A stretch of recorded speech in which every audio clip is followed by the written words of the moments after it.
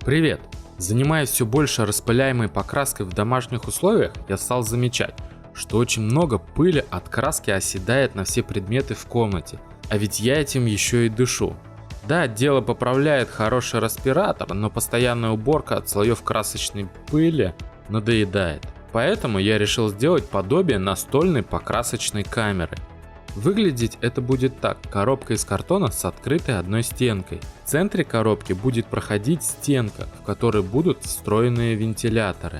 А также за стенкой будет фильтр из волокнистого материала.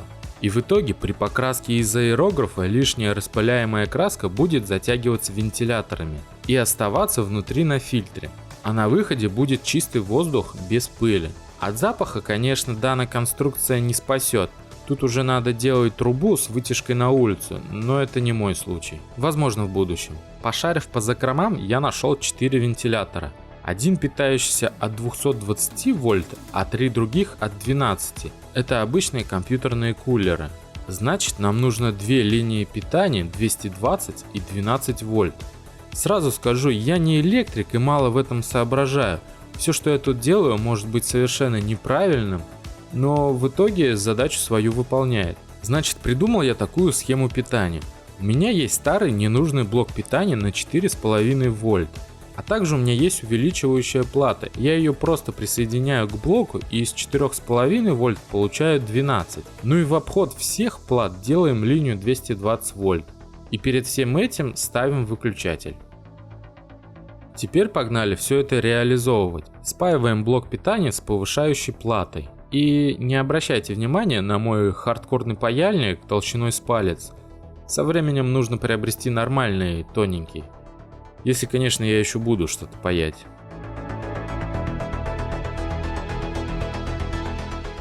Также напечатал на 3D принтере небольшую коробочку для всех плат. Тут сразу есть места под кнопку, провода и так далее. Вставляем выключатель и предохранитель.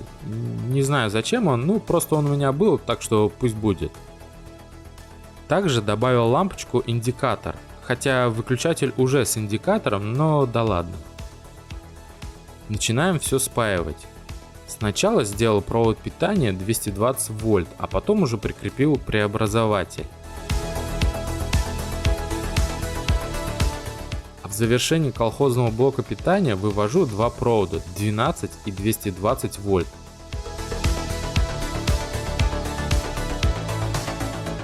И закрываю крышкой. Теперь включаем и проверяем, все ли верно работает. Одна линия показывает 11,5 вольт, а другая 220. Все работает. Идем дальше. Вырезаем из листа картона отверстие под вентиляторы.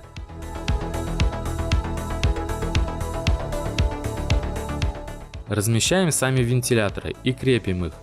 Не хотел дырявить картон, поэтому просто приклеил придерживающие кусочки пластика.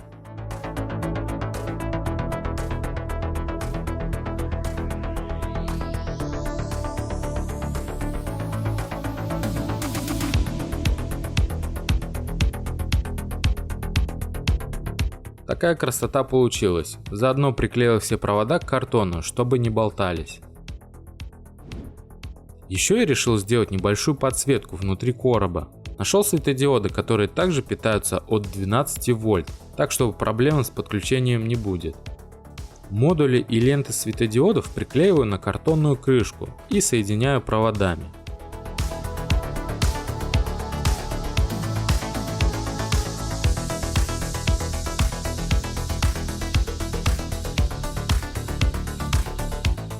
Проверяем, все ли работает. Светит, кстати, неплохо.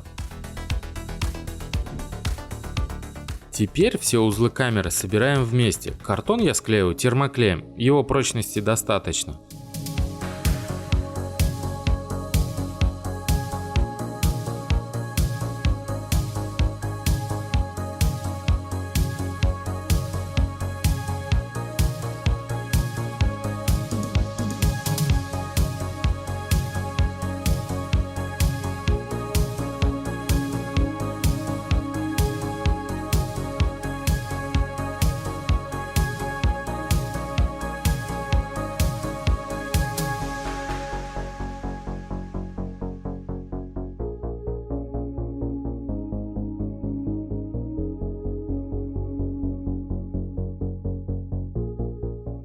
Вырезаем отверстие под блок питания и примеряем его.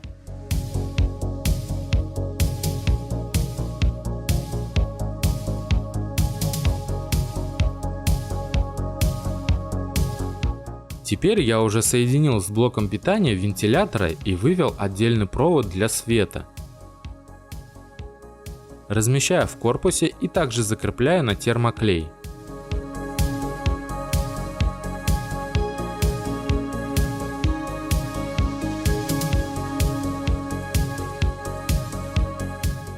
Завершаю корпус крышкой со светодиодами.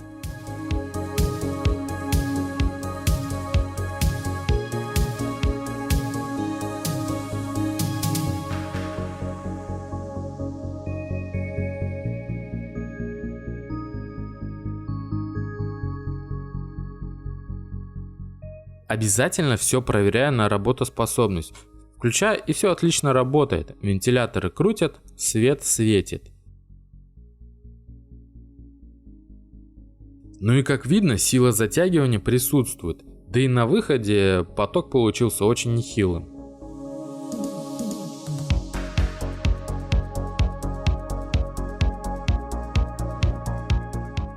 Для фильтра смоделировал и напечатал небольшую коробочку с отверстиями, через которые будет проходить воздух.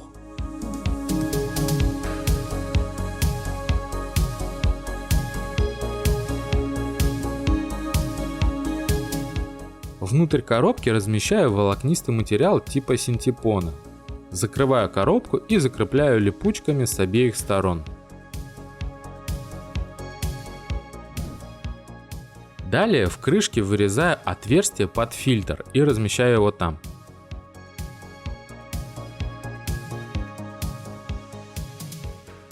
Покрасочная камера готова.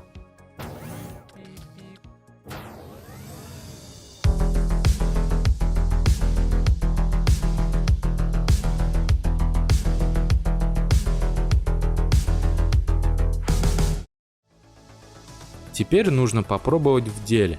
Я взял обычный грунт для пластика и, распыляя внутри камеры, видно, что вся краска затягивается и не разлетается в стороны. Резюмирую. После нескольких часов покраски в камере осело немало пыли, и фильтр нужно менять. Камера, безусловно, справляется со своей задачей. Единственное, камеру нужно делать с одинаковыми по мощностями вентиляторами. В моем случае мощный вентилятор на 220 вольт создает поток воздуха сильнее, чем 12-вольтовый. Это и понятно. И из-за этого менее мощные вентиляторы почти ничего не затягивают, их перебивает большой брат. Но в целом получилось неплохо. Если у тебя возникли какие-то идеи или мысли, пиши в комментарии. И ставь лайк, если понравилось видео. И я, Хардзенен, пока.